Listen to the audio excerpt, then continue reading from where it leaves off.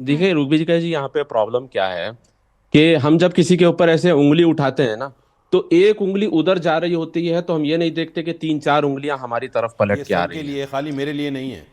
हाँ ठीक है, तो चलिए। यहाँ पे मौलाना साहब जो बता रहे थे कि भाई हिंदू धर्म में ऐसा ऐसा ऐसा ऐसा है।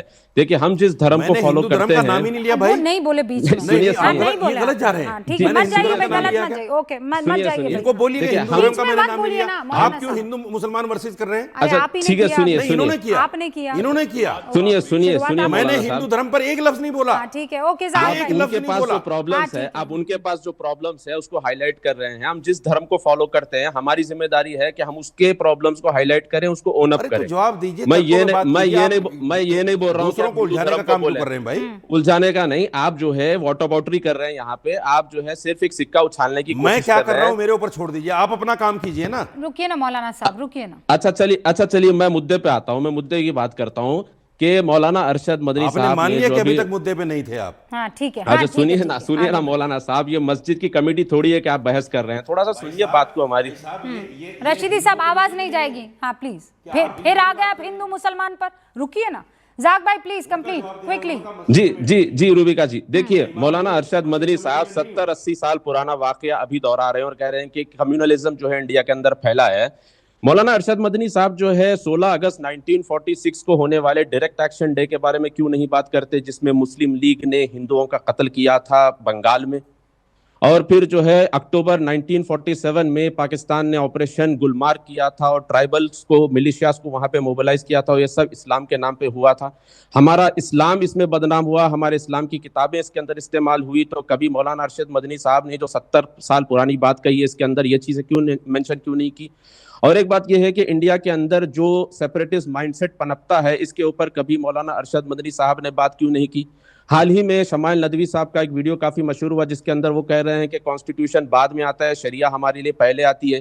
तो इस तरीके के माइंडसेट के ऊपर हमारे मौलाना साहब, हमारे अरशद मदनी साहब क्यों नहीं बात करते? ये सारा प्रॉब्लम, देखिए सारा प्रॉब्लम ये अल्फला को लेकर है, क्योंकि अल्फला अभी जो है ये प्रिवेंशन ऑफ मनी लॉन्ड्रिंग में आ चुका है। ईडी ने उसको प्रिवेंशन ऑफ मनी लॉन्ड्रिंग कर दिया है। अभी आपने रिसेंटली देखा कि 5 मुसलमानों को सुप्रीम कोर्ट ने बेल दे दी है। तो अगर इंडिया के अंदर कम्युनलिज्म होता, मुसलमानों के खिलाफ इस तरीके की चीजें होती, तो फिर ये होता ही नहीं। ऑस्ट्रेलिया टुडे की आप रिपोर्ट जाके पढ़ लीजिए, जिसके अंदर उसमें यह बताया गया है कि इंडिया में माइनॉरिटीज ही नहीं, माइनॉरिटीज के अंदर रहने वाले सब सेक्ट्स भी महफूज हैं।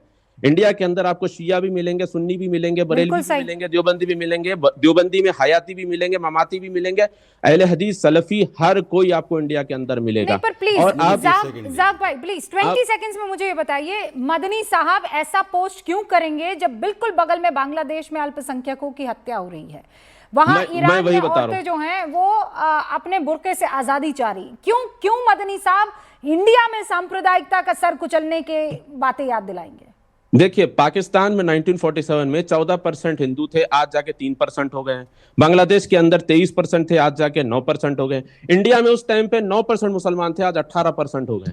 तो माइनॉरिटीज कहां पे महफूज हैं, कहां पे नहीं है, ये डेटा खुद बताता है, हमको बात करने की जरूरत नहीं है। ऑलराइट, आई थिंक फराज भाई ये फैक्ट साफ तौर पर समझ में आ जाते हैं। बस सर पहले 2 ओपनिंग हो जाए, वो गौरव भाटिया भी कुछ कहना चाह रहे हैं, लेकिन पहले ओपनिंग, उसके बाद में आ रही हूँ। फराज भाई। हाँ देखिए रूबिका जी, मैं शुरुआत करूंगा आपके ओपनिंग, आपका जो एड्रेस था उसमें 2-3 बातों से मैं शुरुआत करूंगा। सबसे पहली बात तो आपने ये कही कि नाथूराम गोडसे को फांसी हो गई, बिल्कुल फांसी हो गई। उसके बाद में आप रिवाइंड करके देखिएगा, आपने कहा कि एक भी शख्स ऐसा बता दीजिए कि जिसने उसका साथ दिया हो या उसका समर्थन किया हो। मैं 2 नाम बता देता हूं आपको, एक की क्या करिएगा। साध्वी प्रज्ञा ठाकुर, जिन्होंने बहुत बड़ा देशभक्त बताया था और महात्मा बताया था। उस वक्त साध्वी प्रज्ञा पैदा हो गई थी क्या? अब यही तो प्रॉब्लम है। नहीं, रिवाइंड कर दीजिए रूबिका लियाकत, रिवाइंड करने की जरूरत नहीं, दिमाग में चलता है सब। साध्वी प्रज्ञा पैदा हो गई थी 47 में, 48 में। नाथूराम गोडसे का महिमा मंडन वो कर रही थी कि नहीं कर रही थी, आप ये बताइए। अरे मैंने जो पढ़ा उसके हिसाब से बोलिए ना। आप क्या बोल रहे हैं कि रूबिका लियाकत उस वक्त नहीं, अभी मैं उस वक्त की बात कर रही हूँ। कोई खड़ा हुआ था, नारे लगे थे, निकले थे? अरे नहीं, उसकी अंतिम यात्रा में जैसे यहाँ आतंकवादी के जनाजे में निकले थे हिंदू, निकले थे? बता दीजिए कितने। रूबिका प्रॉब्लम यही है ना कि जब अब पूरा मुझे बोलने दी, अभी तो शुरुआत हुई, आप भड़क गई।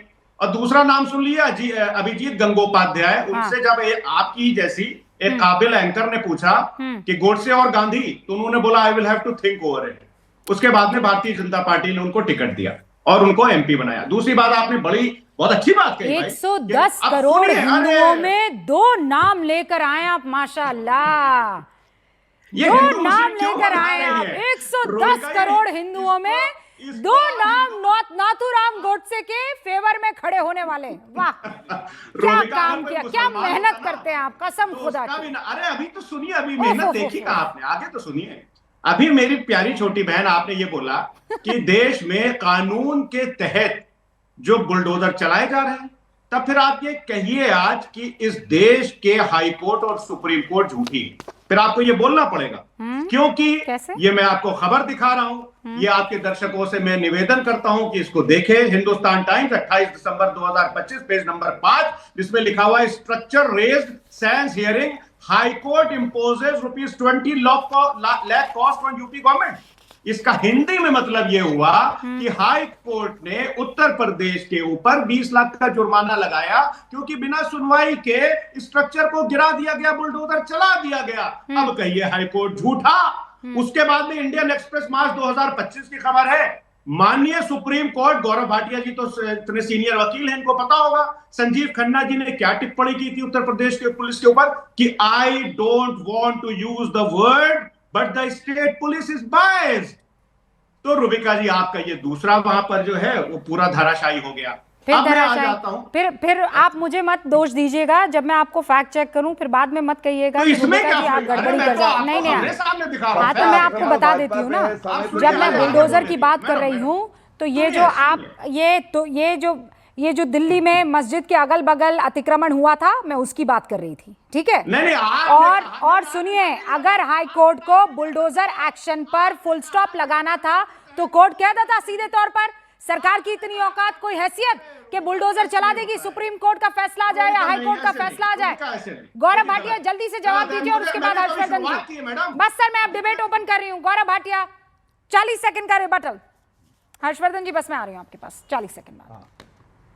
रुबिका जी, थोड़ा समय चाहिए होगा। मैं सबसे पहले ये बताना चाहता हूं, जो अभी सर्वोच्च न्यायालय और उच्च न्यायालय की बात कर रहे हैं, क्योंकि पेशे से वरिष्ठ अधिवक्ता, मुजफ्फरनगर दंगे याद रखिए, जो आरोपी था वो मुसलमान मौलाना नजीर था, उसको चार्टर भेजा था अखिलेश यादव ने मुख्यमंत्री आवास लाने के लिए, और मोहम्मद हरून का जजमेंट पढ़िएगा। उन्होंने कहा था अखिलेश यादव की सरकार नाकाम रही कानून व्यवस्था बनाए रखने में।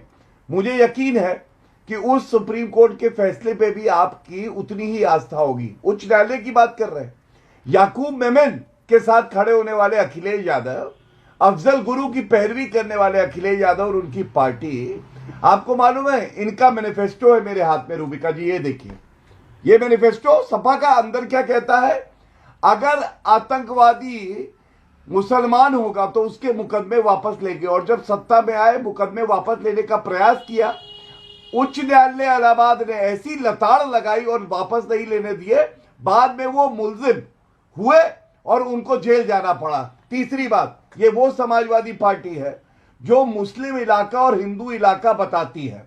बहराइच में इनकी पार्टी का ट्वीट है, मुस्लिम इलाके से हिंदू का जुलूस जा रहा था इसलिए पत्थर चलाए गए। अब मैं आता हूं जरा रशीदी पे, मैं उनको मौलाना नहीं मानता। रुबिका जी, आप एक मुसलमान है, एक भारतीय है, मैं आपसे पूछना चाहता हूं, आप मस्जिद